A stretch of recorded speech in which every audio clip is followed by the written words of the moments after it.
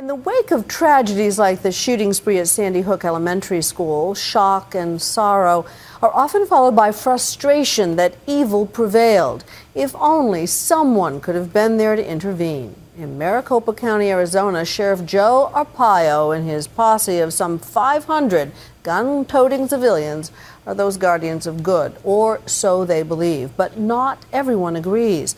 My co-anchor, Terry Moran, reports. At a high school just outside Phoenix, Arizona, a madman stalks the halls. It's just a training exercise, but this is every parent's worst nightmare. Get on the ground, do it now! Face down, get on the ground! These men are learning how to fight the next school shooter. You can't wait that long.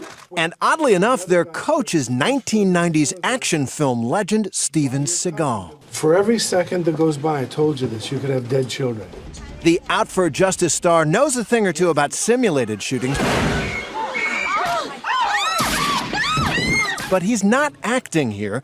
He's a full-fledged member of Maricopa County's official posse, under the leadership of Sheriff Joe Arpaio. We'll be training, trying to neutralize domestic terrorists without firearms and with firearms.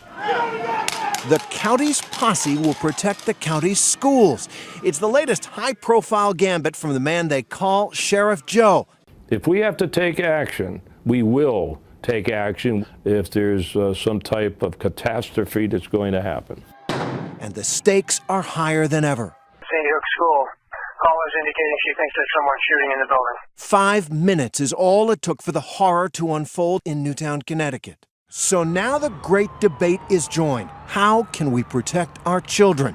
This week, the National Rifle Association offered at least one answer: arm teachers. That is an appropriate resource that a school should be able to utilize. But back in Arizona, Sheriff Joe has decided to take matters into his own hands. We are here to protect the children.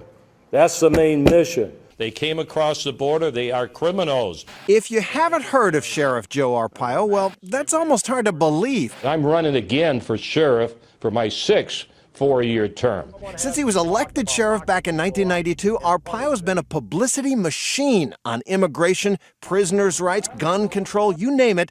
This man has found his way into the national discussion. Guns? Killing kids? That didn't happen when I grew up. And now he's got an angle on school safety. So the NRA comes out and makes this call for guns in schools. Are you just doing the NRA's bidding? I don't copy other people, what they do. They copy me.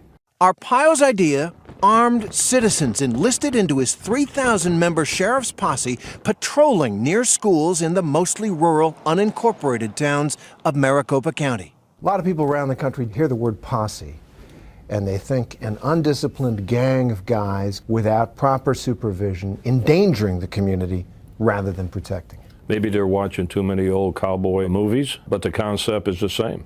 Instead of going after horse thieves, we go after car thieves and or anybody else that violates the law. Chamber open, magazine inserted, safety's on. Screws are ready. You don't want a hole in your roof. Mike Garstad is one of Sheriff Joe's possemen, one of 500 he's certified to carry a weapon. It's not glamorous. This is pretty much as it goes all day long. It's pretty random and sometimes it's pretty monotonous.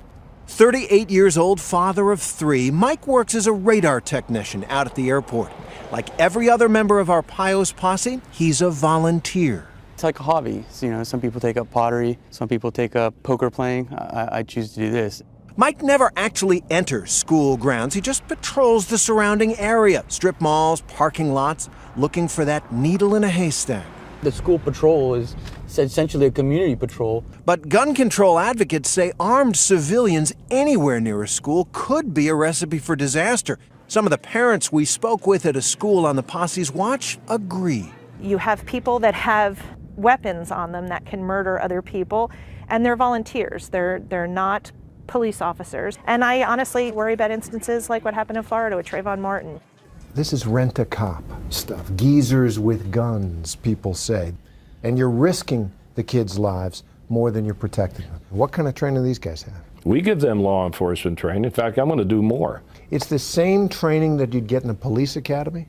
Not exactly. They don't go through that many hours. You can go through all the training you want, but it's the common sense sometimes that makes a difference.